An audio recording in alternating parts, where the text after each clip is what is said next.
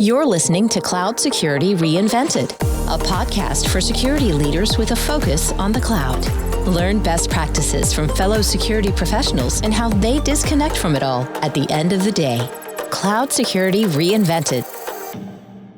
Good morning, or depending on where you are in the world, good afternoon, good evening, or good night.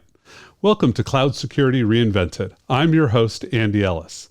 Before I introduce our guest for the week, a quick word from our sponsor, Orca Security. Orca provides agentless security and compliance for your public cloud infrastructure, enabling you to detect and prioritize security risks in minutes, not months.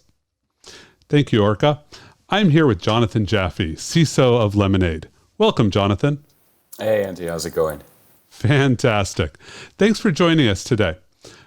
Across a career, not only do we as professionals grow, but the world we're in changes. And I'd like to get some insight from you, especially in light of the transition from the on-premise world that many of us started in to the world of cloud that is increasingly the default model for IT infrastructure.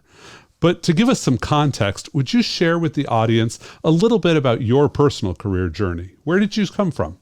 Wow. Okay. Let's see. So I born and raised in California, and my first security work was in '97 with doing deployments of Netscape servers, LDAP servers, email servers.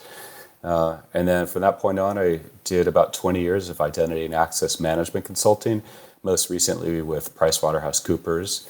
And from there, I made the transition to cloud through a San Francisco startup in 2018, and then landed, fortunately, here at Lemonade a little over a year ago, where, again, it's all cloud and all really cool modern technologies.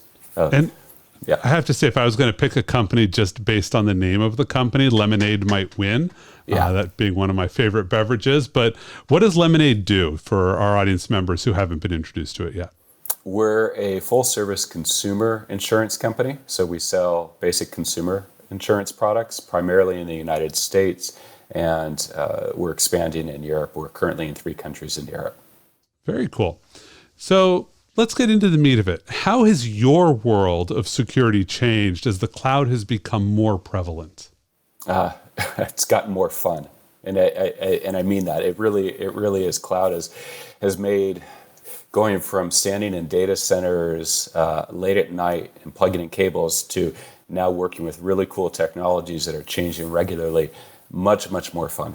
It's been a blast. It's definitely made it busier. The scale is such that you just have much more to do. It certainly is more complex because of that. But for that, I'm learning how to work with automation, which is something that's relatively new to the industry. Okay. And you're in an interesting industry, certainly from an insurance and regulatory perspective. So how is cloud security in your industry different from what others in other industries might expect it to be? Well, similar to my last answer, really. I think when I think of insurance, fun isn't the first word that comes to mind.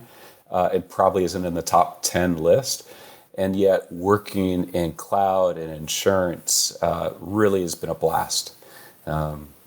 So I think it's very different than what most people would expect. Yeah, that's really great to hear, because I think a lot of people sometimes worry that getting into the security industry, it's just going to be either boredom or horror of incidents. But you predate the cloud era, and I'm not calling you old, because I think you and I actually started our careers about the same time. But what practice that you learned before cloud most resonates today as you think about how to do security? You still need perimeter protection. Even though cloud brings a completely different way of dealing with security, you still can't get past having perimeter protection. And something from my identity and access management days, I realized you still need, if not even more so, more complex, solid identity and access management. That hasn't gone away, neither of those. Yeah, that's a really interesting, because my next question, if you answer it with the same answers, it'll be entertaining, because I want to know, what practice should we have buried a long time ago? And I know a lot of people say it's the perimeter, so I'm fascinated, given that you start with the perimeter as something that really resonates. What do you think we ought to have gotten rid of? The first thing I'd like to get rid of is our change control boards. in the old style enterprise where change is slow, you make major changes every quarter, you get a board of people together, you answer questions, you get sign-offs, which are essentially, they're foregone conclusions that it will happen. It's just a matter of when.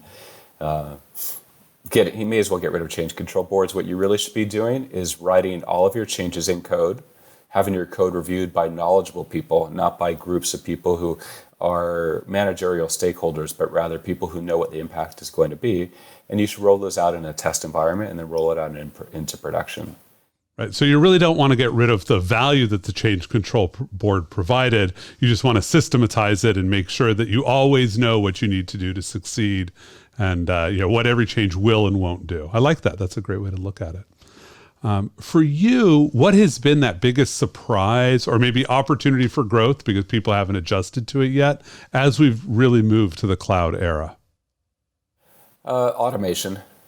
Definitely automation. The only way to deal with the scale of cloud is to automate it as much as you can and put it in a very managed process where when you're going to automate a reaction, for example, what one we just worked on this week was when we see people doing directory traversals of our environment, we immediately write back to our web application firewall and we say, just block that IP. Let's block it for 15 minutes, see if it persists. We don't want to have PagerDuty ring a human have to look through logs and figure it out. That's not scalable. I wasn't expecting automation before I got into cloud, but it was pretty obvious that you need it once you start dealing with the scale and the rapidity of attacks. Right? They're just more frequent. It's sort of funny because the example you gave was technology that 25 years ago we used in intrusion detection. But we didn't do it for scale. We just did it for speed. And so I think that's an interesting thing is we used to do automation for speed and now you have to do it for scale because it's not like you can't afford to have a human do it even at the cost of 30 more seconds. Yeah. Yeah. And, back to the change control issue, can you imagine 7-8 years ago where whenever you wanted to make a firewall change, you actually had to run that by a change control board? Now, nowadays, as you get directory traversal attacks, you can't wait until next Tuesday, run the request by a group of people, get approval, and then go into down period at 3 a.m. in the morning. You have to respond instantly within a few seconds. No, that's definitely true. And I wonder how much of that is tied to the fact that security infrastructure is less bolt-on than it used to be. The security team didn't have to follow any rules 15 years ago. Everybody else had a change control board, but your firewall sometimes didn't. So if we had to go back, what piece of advice do you wish someone had given to you early in your career that maybe you could pass on to somebody else? Maybe it would have saved you some heartache or put you on a different path or a better path. I don't know if it would have saved me heartache, but encouragement to play with as much new technology as soon as possible, to be familiar with the things that are going to stick and the things that aren't. It certainly gives you a competitive advantage in your career. And I would say don't waste time with certifications. There are certainly certain classes that you should take when you want to learn a new technology, especially an important one. But spending your time getting a CISSP or IAPP if you're in privacy, they don't measure quality. And I've never hired based upon somebody's certification. I've always hired based upon skill, and certifications mean nothing to me. And most of my peers feel the same way. Yeah, I think I like what you said in there about playing with technology. And I think that's really is the right verb, is to play. It's not to use it. It's to just sort of play with it for fun and to push the boundaries without a goal so that you can learn more. So I really appreciate that and hope listeners enjoy that one. As we look to the future, what opportunities about the future of technology are you most excited about? Automation. I mean, really, we've jumped in with both feet just recently, and we found some really good young solutions out there that are proving themselves with an immediate return. So I see automation as being the absolute future for us. I like the consistency there on automation for you. But now let's go a little bit of freeform. Doesn't have to be about cloud or security or technology. What's a bit of wisdom that you would love to share with our listeners? Different than play with stuff and don't waste time with certification. Those are the two most important things to me. Be curious. Don't stay stuck. And don't waste time with just following a path that somebody else says this is the right way, for you to make a certain amount of money. Just play with stuff and enjoy it. And usually things take care of themselves. Yeah, I like that. Not assuming that there's one path, because I think there's a lot of paths out there for people to chase in their careers.